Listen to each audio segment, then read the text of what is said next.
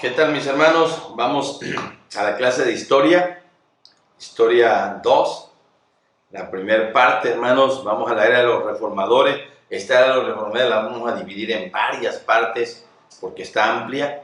Y lo primero que vamos a ver, el primer capítulo de Isabel la Católica. Y dice, bueno, pero ¿qué onda con esto? Si vamos a ver la reforma, ¿por qué vamos a ver a una católica? Bueno, ahí lo vieron ya porque es importante empezar con ella, ¿no? La primera pregunta es ¿con qué otro nombre se le conoce a la Reforma Católica y en qué personaje se encuentra la raíz de la Reforma y de la conquista española? Acuérdense que las preguntas a veces son diferentes, pero hermano, se le conoce como Contrarreforma, ¿sí? Fue anterior a la protestante y es Isabel de Castilla, la católica, hermanos, la que está al frente, podríamos decir, de esa Contrarreforma. Y esto explica muchas cuestiones de por qué nosotros los mexicanos, o la mayoría de América Latina, hermanos, pues tristemente no nos llega el protestantismo, sino quienes nos conquistan son los españoles. El único país, podemos decir, donde no hizo impacto total la reforma como en otros, mayormente fueron dos, fue España y fue Portugal mayormente, más España que Portugal. ¿Por qué? Porque esta Isabel de Castilla y Alfonso de Aragón hicieron su labor, hermano, con todo el equipo que tuvieron. ¿Cómo eran los sacerdotes cuando Isabel y Fernando heredaron la corona de Castilla, hermano, allá en España? Bueno, los sacerdotes eran ignorantes, incapaces de responder a las más sencillas preguntas religiosas. Muchos de ellos solo sabían decir de memoria la misa. Y bueno, no nada más entonces en el tiempo, aunque hoy son más estudiados, sin entender lo que estaban diciendo. Esa es la verdad triste de los sacerdotes allá en España, hermano. Vivían en una pobreza humillante porque el alto clero se llevaba todo el billete. La corona, hermano, los reyes de España, pues eso se metía para allá. Por eso descuidaban su labor pastoral, tenían que trabajar en cuestiones materiales y andaban haciendo cosas terribles. Y entraban a cosas chuecas. Esa es la verdad de los sacerdotes en ese entonces. Ahora, Isabel va a querer hacer una reforma en ellos para bien. Vamos a ver, la actitud tanto de Fernando como de Isabel, ¿verdad? Estos esposos que, por cierto, ya viste por ahí, ¿verdad? Ni siquiera debían de haberse casado, pero a Roma le interesaba el asunto, así que dieron un salvoconducto. Es lo mismo que, bueno, ha pasado en otros lados cuando alguien no puede hacer algo. Si el Papa da la orden, bueno, se puede hacer, aunque Dios dijera que no. Bueno, pues la actitud de Fernando e Isabel hacia la vida eclesiástica y religiosa, hermano, era distinta. Fernando de Aragón tenía la actitud renacentista, veía en la iglesia un instrumento para fines políticos, para alcanzar poder y fama. Y un instrumento más bien de asuntos de gobierno, de poder y hasta económico, pero no lo veía como un aspecto religioso. Isabel, ella sí era una devota. No que andaba devota, no. Era una devota, una mujer a su religión, en su forma, pero consagrada. Seguía rigurosamente los horarios de oración. Ella se escandalizaba con las costumbres licenciosas y belicosas del clero. O sea, se espantaba cuando oía que algún sacerdote había hecho algo indebido. En verdad, porque era una mujer dentro de su religión muy recta, hermano. Así que era distinta la forma de ser de Fernando y de Isabel. Ahora, ¿qué derecho obtuvieron de Roma los reyes católicos y cuál fue el más importante de todos los nombramientos que hicieron? Hermano, el derecho de nombramiento de quienes ocuparían altos cargos eclesiásticos en España, no en otros lugares. O sea, en España no era el Papa el que mandaba decir quién podía ser obispo o sacerdote, no. Ellos, los reyes católicos, son los que toman esa decisión. Así la corona sería fuerte contando, hermanos, con el apoyo de los prelados. ¿Por qué? Porque como ellos le daban el puesto, entonces los sacerdotes, los obispos, los prelados, o sea, ellos le rendían pleitesía y un honor a ellos. Y pues ahí es donde venía el pago de impuestos y todo ello. Hermano, el más importante que hicieron que fue el del Francisco Jiménez de Cisneros como arzobispo de Toledo. Ese es el más importante, hermano, trabajo que hicieron o nombramiento que hicieron. Él colaboró con la reina en la reforma de los conventos, y la verdad es que dentro de lo que cabe o dentro de la agrupación hizo un trabajo correcto. Esa fue la labor que hizo, ¿verdad? Francisco Jiménez de Cisneros, hermano, como arzobispo de Toledo, y la reina, va a ser su mano derecha de la reina Isabel, ¿verdad?, de Castilla, para hacer toda esa labor. ¿Cuáles son las dos contribuciones más importantes de Cisneros con el apoyo de la reina a la reforma religiosa en España? O sea, ¿de qué dos formas contribuyeron, hermano? Aquí va. Primero, la Universidad de Alcalá. El propósito es que se volviera el núcleo de una gran reforma de la iglesia y de la vida civil de España. Y fue para bien. Se hizo famosísima la Universidad de Alcalá. Acuérdate de aquella canción por ahí, ¿verdad? De La Puerta de Alcalá, que cantaba aquella mujer de el color de cabello anaranjado y medio bueno.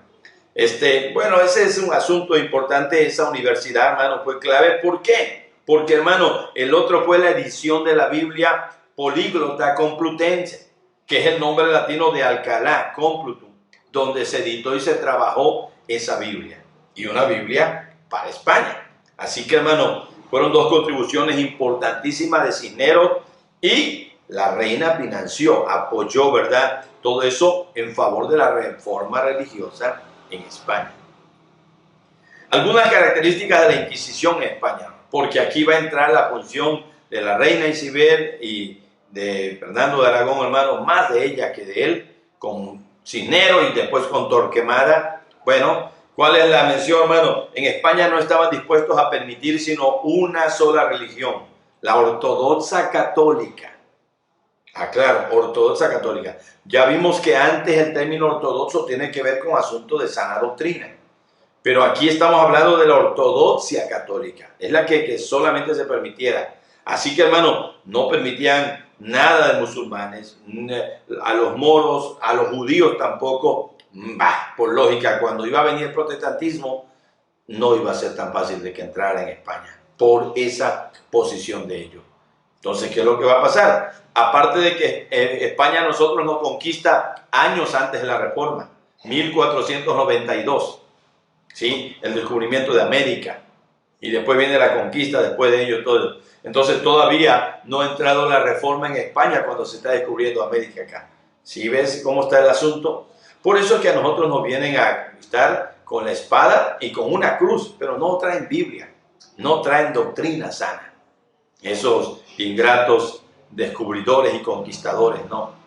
Tanto Cristóbal Colón como Hernán Cortés, o sea, no trajeron Biblia, no trajeron reforma, no trajeron doctrina. La cuatro, hermano, tiene que ver con esto. La Inquisición española estaba bajo la corona de los reyes de España. Isabel hizo una campaña de predicación contra la herejía. El inquisidor general de la corona de Castilla fue el dominico Tomás de Torquemada, famoso por su crueldad. La verdad es que, bueno, fue tremendo lo que hizo. Y una campaña de predicación contra la herejía, no usando sana doctrina, no, hermano. No, ellos usando la ortodoxia católica. Y el inquisidor fue, hermano, bueno, Tomás de Torquemada. En años recientes se ha dicho que por ahí, hermanos, la iglesia y el Papa ha estado pidiendo perdón por lo que hizo la Santa Inquisición, que de santa no tenía nada. Quemaron a mucha gente, mataron a mucha gente inocente. Tanto Isabel como Cisneros creían que la unidad del país y la voluntad de Dios exigían que se arrancara todo vestigio de judaísmo, de mahometanismo y de herejía. Aclaro, todavía no querían atacar o arrancar vestigios de reforma protestante, porque no la había como tal. Ya vimos que antes, hermanos, de que llegara la reforma, estuvieron los precursores de la reforma. Wycliffe, John Hus, ¿verdad? Todo eso, Bones y todos aquellos hermanos, ignoramos Savonarola, todo ese grupo de personas fueron precursores, pero por lo mismo no había una reforma que se hubiera expandido por todo el continente europeo. Así que en España solamente iban contra estos tres grupos, judaísmo, mahometanismo y otro tipo de herejía. Pero hermano, en realidad fueron con todos contra ellos. Y cuando llega la reforma, eso va a evitar que entre ahí, porque la Inquisición le puso freno. Así que algunos que conocieron el evangelio ahí en España, porque vas a ver en la historia que sí lo tuvieron que salir huyendo de España, varios de ellos. Ok, fue tal el propósito de la Inquisición española que data del año 1478, arrancar todo vestigio de judaísmo, de mahometanismo y de herejía. Explica el motivo económico envuelto en la Inquisición española. Es que siempre todo, dijera el apóstol Pablo, el amor al dinero es la raíz de todos los males. Esa es una de las preguntas que me vas a contestar cuando mandes tu tarea. ¿Cuál fue el texto que mencioné? Que fue lo que movió a esta gente de la Inquisición española. El verso que dice que el amor al dinero es la raíz de todos los males. Me vas a mandar la cita que sea esto. ¿Sale? Para que yo vea que en verdad estás trabajando. Los bienes de los condenados a muerte eran confiscados. Imagínate, lo iban a matar, pero entonces los bienes se los quitaban. No es que le iban a quedar a su familia, no, se los confiscaban, se los agarraba, hermano, el reino español. Otra cosa, las multas o las reconciliaciones, todo esto metía dinero al reino con malos manejos y codicia desmedida. ¿Sabes qué? Te arrepientes de lo que querías, sí, bueno, pero tienes que pagar una multa. O si te vas a reconciliar, bueno, la reconciliación, todo eso implicaba, hermanos, un buen billete. Había que meter dinero. Para que entiendan, algo de esto fue lo que después llevó a Lutero ahí. Porque la venta de indulgencia era una forma de reconciliarme con Dios. Y hoy en día lo triste es que hay iglesias que ponen multas, venden reconciliaciones, venden sanidades, pacta para que el Señor te dé y así le sacan dinero a la gente. Tristemente, aún dentro del lado evangélico. Narra brevemente por qué fueron expulsados y perseguidos los judíos de España. Pobre, la verdad es que le fue como en feria. Hermano, se les acusaba de mantener contacto con los conversos y los querían seducir a judaizar. Decían, no es que los judíos quieren a los que se convertían, ¿verdad? Si toda la fe católica lo querían seducir a que judaizaran, a que se volvieran a la religión judía que ellos enseñaban. Un grupo de judíos fue acusado de matar a un niño. Imagínate esa loquera de lo que santo niño de la guardia, y que en un ritual usaban su corazón como si fuera una hostia para maleficio de los cristianos. Eso es lo que enseñaba. Ahora, si fue real o no fue real esto, esas eran las acusaciones por las cuales los empezaron a perseguir y a expulsar de España, hermano. ¿Y qué es lo que hacían cuando los expulsaban? Si te vas, pero tus bienes los dejas acá. Y si vas a vender algo, el dinero no sale. Y la verdad es que solamente había una forma, hermano, de sacar el dinero, ¿verdad?, que era súper complicada. La verdad es que fueron terribles los españoles con los judíos. Torquemada dirigió esto y los acusados fueron quemados, hermano. Fueron un montón de judíos que fueron quemados. Así que siempre hemos señalado, Hitler, qué malo fue con los judíos. Pero ¿por qué no se habla de lo que España hizo con los judíos? Se habla muy poco de eso, de nuestra madre patria. Bueno, tristemente actuaron muy mal con ellos. Los sufrimientos fueron terribles. Entre 50,000 y 200,000 abandonaron España, dejando a la mayoría, hermanos, de estas personas de sus bienes ahí. Entonces, es terrible lo que hicieron, hermanos, con estos judíos, hermanos. Los estafaron, aparte de que mataron a muchísimos. Vamos a ver a Martín Lutero camino hacia la Reforma. Hermanos, ¿qué es Martín Lutero para unos y qué es para otros? Bueno, para unos es el logro que destruyó la unidad de la iglesia, la bestia salvaje que oyó la viña del Señor, un monje renegado que se dedicó a destruir la base de la vida monástica. Eso es para los católicos, lo odian. Y por lógica, si por ahí te ve un vestigio de luteranismo a ti, o de Lutero, va con todo contra ti. Y para otros es el gran héroe que hizo que una vez más se predicara el evangelio puro, el campeón de la fe bíblica, el reformador de la iglesia corrompida. Eso es, o eso debe de ser para ti, para mí. Un hombre que Dios usó, el gran héroe que cuando el evangelio no se predicaba, lo volvió a predicar. Y aunque ya viste que no es que su teología fuera perfecta, no ha habido un teólogo que sea perfecto, hermano. Pero era el campeón de la fe bíblica, el reformador de la iglesia corrompida, el que se atrevió a ir en contra de todo un poder político y religioso terrible. Sabía que estaba expuesto a que le hicieran lo mismo que le habían hecho a Hus, a Wycliffe, a Tyndale, a Ginorabo, a todos ellos que en verdad les fue muy mal. Sin embargo, él se atrevió a hacerlo. Así que no es que nosotros no le prendemos una veladora a Lutero y ni lo honramos. No, pero sí le digo a Dios, Dios, gracias por Martín Lutero. Gracias por haber usado un hombre como él para que el evangelio volviera a ser predicado puro. Y tenemos que aprender a darle gracias a Dios porque esos trajeron el despertamiento espiritual del siglo XVII. ¿Cuáles fueron las circunstancias que ayudaron al impacto de la reforma de Lutero? La invención de la imprenta, ese fue uno. El creciente nacionalismo alemán, ese fue otro. Ayudaron, hermano. Ya vimos antes cómo se habían formado las naciones. Eso ayudó porque el ser alemán, Lutero, ¿sí? Federico de Sajonia, aquel viejito, si tú has visto la película de Lutero, es el que lo ayuda. Y si no es alemán, tenemos que echar la mano. No tanto porque creía en lo que él predicaba, sino porque era alemán. La invención de la imprenta, ¿por qué lo ayudó? Porque así pudo producir las 95 tesis, hermano, y clavarla en la catedral, pero mandarla, esparcirla en el idioma alemán. Y también tradujo la Biblia al alemán. Los humanistas que soñaban con una reforma, eso igual, hermano, fueron de ayuda al impacto de la reforma.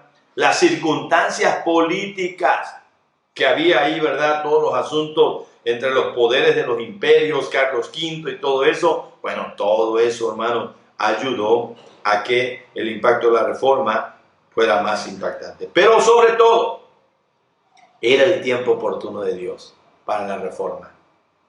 Muchos otros junto a él estuvieron dispuestos a cumplir su responsabilidad histórica. Muchos otros.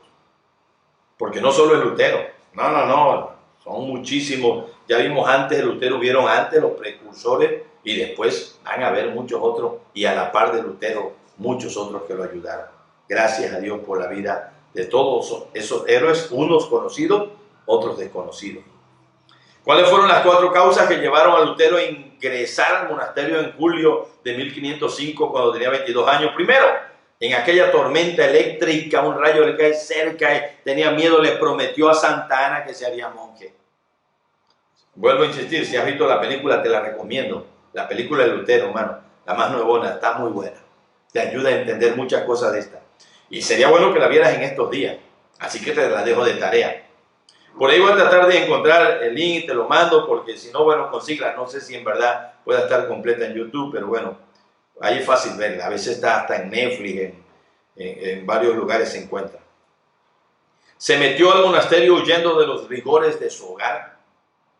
O sea, por eso su papá era tan duro con él, que en verdad se mete huyendo de ese rigor, de esa vida tan dura y legalista en su casa. Su papá quería que fuera abogado y Lutero no quería, por eso se metió al monasterio, casi por llevarle la contraria a su papá, porque estaba molesto con su papá. Es más, Lutero llegó a agarrarle tanto coraje a Dios, en el sentido de que su padre en verdad lo idealizaba y decía que es una figura que debe representar a Dios. La verdad, si Dios es padre, como mi padre no lo quiero. Se metió al monasterio por el interés de su propia salvación. Eso es una parte real e importante, la cuarta. Es lo que más se metió, buscando su salvación. No quería aprender, él quería ser salvo y la justicia de Dios lo aterraba, ya viste. Narra un poco cómo era Lutero en sus años como sacerdote y sus actitudes para con Dios. Hermano, desde el inicio el terror de Dios se apoderó de él. Dios le parecía un juez severo, muy duro. Y el tema de la justicia lo atormentaba. Usaba los recursos de la iglesia para estar a salvo, pero no era suficiente. Cuando hablo de los recursos, la penitencia, la oración, el ayuno, todo. Eso, cumpliendo todas las órdenes, de esa manera no va a salvar. Pero se daba cuenta que él no pasaba eso. Entonces pasaba ahora en el confesionario. Ya viste ahí el concepto de la confesión. Estaba ahí, salía al confesionario y se le olvidaba que había confesado un pecado, que había deseado la pierna de pollo de su compañero que estaba al lado porque a él le había tocado un espinazo del pollo. Y como deseó la pierna, se sentía culpable y volvía al confesionario y confesaba eso. Ya tenía locos a sus confesores porque se confesaba de todo. Hermano, esto, aunque parezca chusco, fue real en Lutero.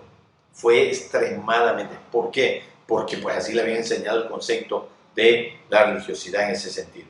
Castigaba su cuerpo, iba al confesionario tanto como fuera posible. Y lo castigaba, hermano, y limpiaba pisos, monasterio y todo eso, porque decía, entre más penitencia, entre más sufra yo, entre más haga, voy a poder estar logrando hacer más cosas. Amar a Dios no era fácil, dijo él. Llegó a confesar que odiaba a Dios. Esa fue una realidad de la vida entera, y a ese grado llegó a pensar y a decir que él odiaba a Dios en vez de amarlo, porque para él no le resultaba fácil hacerlo. Ese es, hermano, los años como sacerdote y sus actitudes ante Dios. Ahora, ¿cómo fue Lutero? ¿Cómo fue que Lutero descubrió, hermano, lo que Romanos 1:17 y cómo lo entendió él? Hermano, ese gran descubrimiento se da cuando lo mandan a dictar cursos en la Universidad de Wittenberg. Sus confesores y los que estaban en el monasterio dicen, no lo soportamos. ¿Cómo nos deshacemos de él? Vamos a mandarlo a dar clases allá en Wittenberg, en la universidad. Vamos a sacarlo del monasterio porque ya no podían con él. Y lo mandan a dar, hermanos, y cuando está tocando temas sobre Romanos, en 1515 fue en el capítulo 1 de Romanos donde encontró respuesta a sus dificultades. ¿Qué sucedió?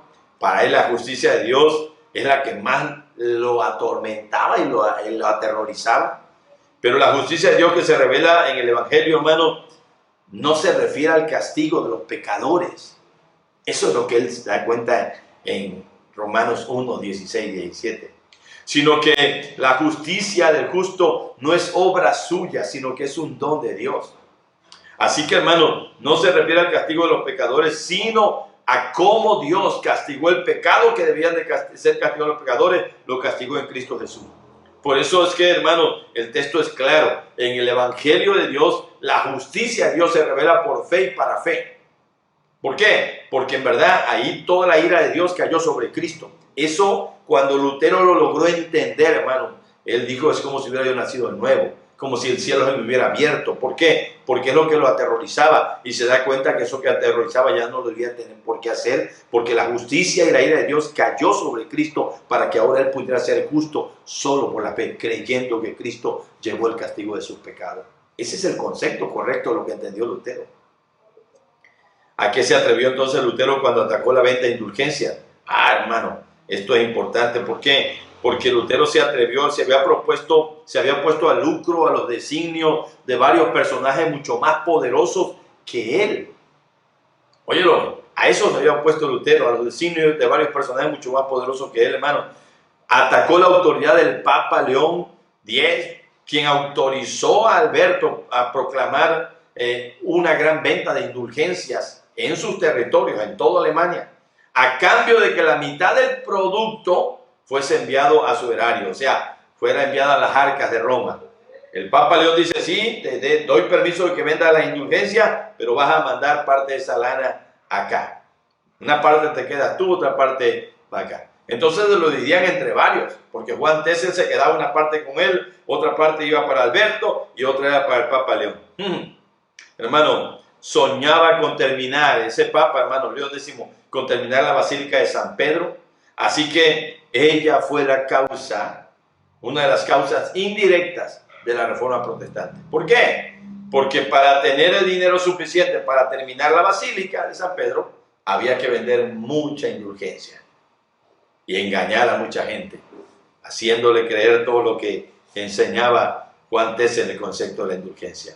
¿Cuáles son algunas cosas que decía este hombre, Juan Tessel, para promover su mercancía, y qué hizo en respuesta Martín Lutero a ello? Hermano, Juan Tessel dijo, las indulgencias te dejan más limpio que al salir del bautismo, más limpio que Adán antes de caer en el pecado.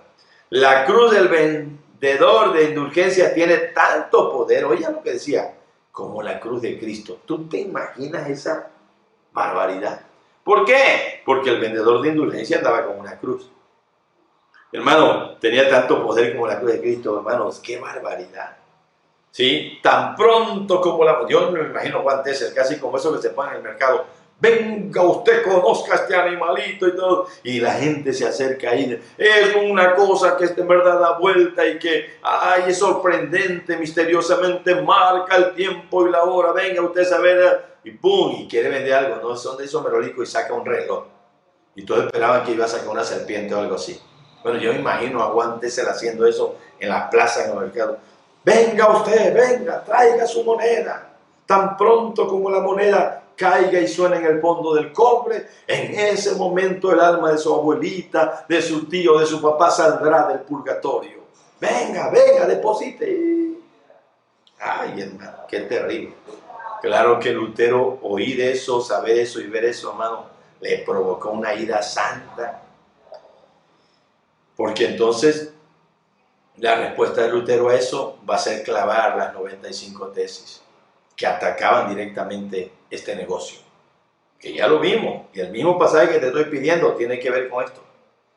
Porque ahí en ese contexto de ese pasaje, hermano, dice que algunos toman la piedad como fuente de ganancia. Igual ese texto me lo vas a decir cuál es la cita de este.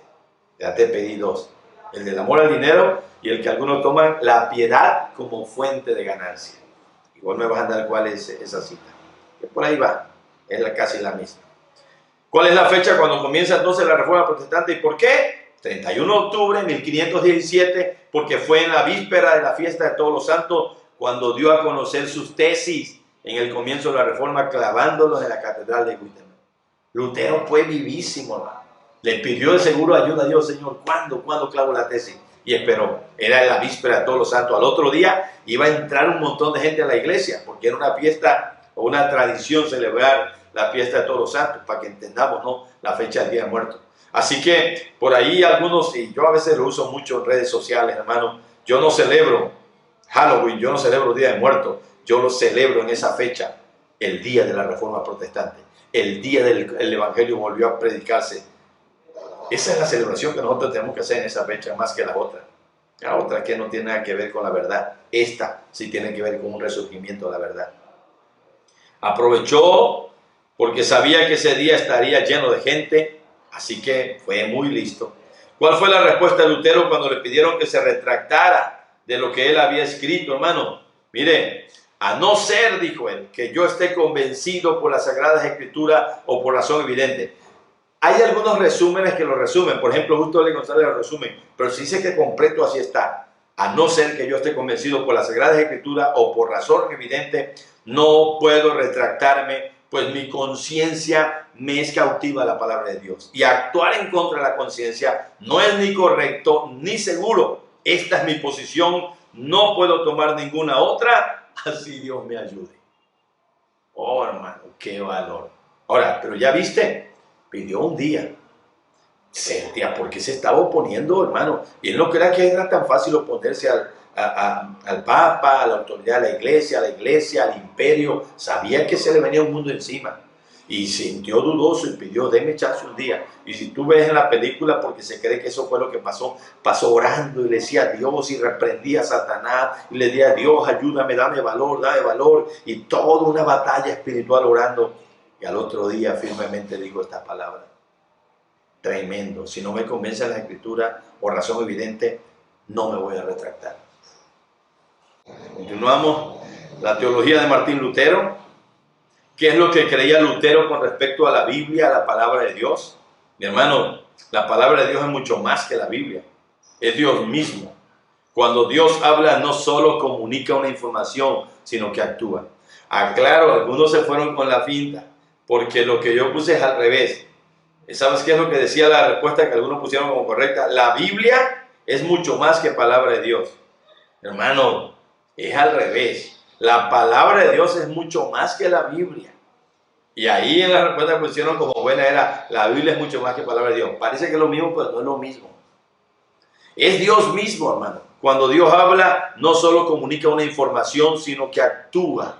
Dios está ahí en la palabra, ahí está metido Dios, es Dios hablando directamente a través de ella, ¿sí? Además de decirnos algo, hace algo en nosotros, porque sus palabras son vida. Dijo Jesús, la palabra que yo les he hablado son espíritu y son vida.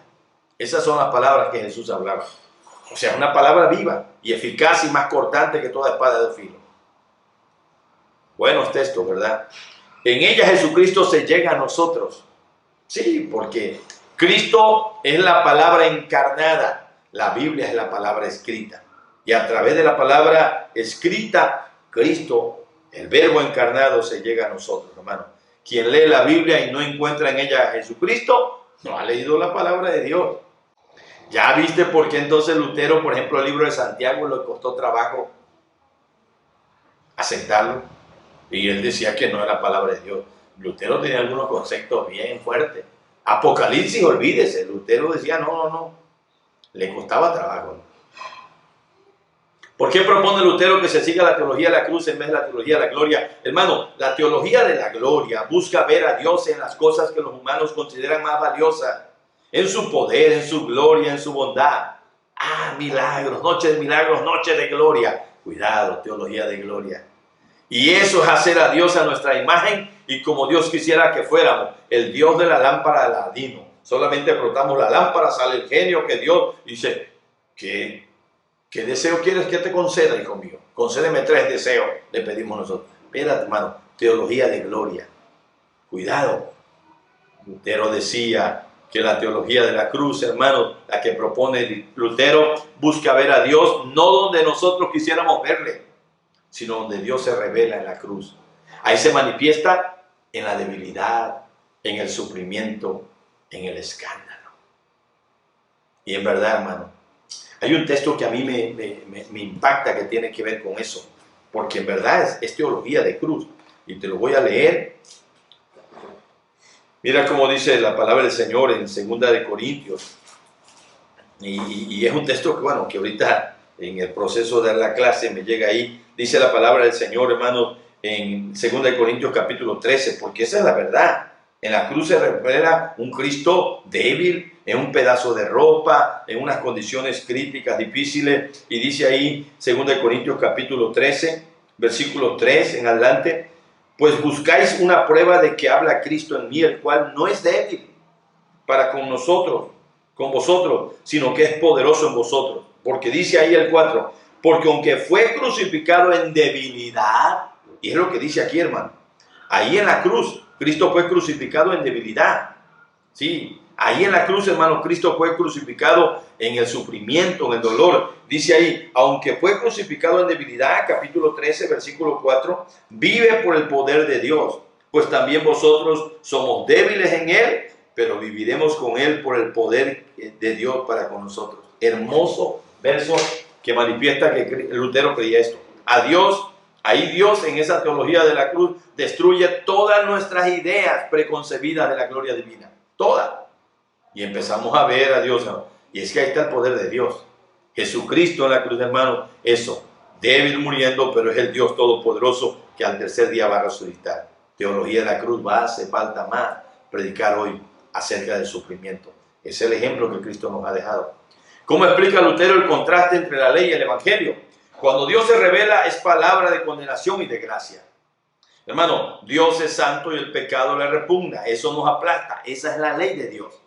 La paga del pecado es muerte. Hermano, pero al mismo tiempo Dios pronuncia el perdón sobre nosotros. Y ese es el evangelio de gracia. Aleluya. Hermoso. ¿Cómo explica Lutero la dialéctica constante entre la ley y el evangelio en el cristiano? Ahí va. El cristiano es a la vez justo y pecador. Hermano, el pecador no deja de serlo cuando es justificado. No, no, no, hermano. Somos justificados pues por la fe, pero no quiere decir que ya, hermano, sea perfecto y que nunca vuelvas a tener un tropiezo. No, no es eso. Hermano, al contrario, quien recibe la justificación por la fe, descubre en ella misma cuán pecador es. Y no por ser justificado, deja de serlo. Hermano, pensemos bien esto.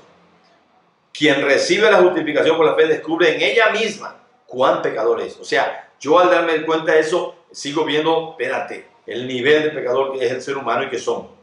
Pero no por ser justificado dejo de pecar. Pero, hermano, la justificación no es ausencia del pecado, sino el hecho de que Dios nos declara justos aún en medio de nuestro pecado.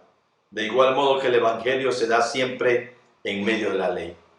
Esto es lo hermoso de la doctrina de la justificación, que por cierto, lo vamos a ver en la materia de soteriología. Vamos a ver la justificación en toda la dimensión de la palabra. Acuérdate que allá la materia de soteriología es salvación y está relacionada con estos puntos de la reforma.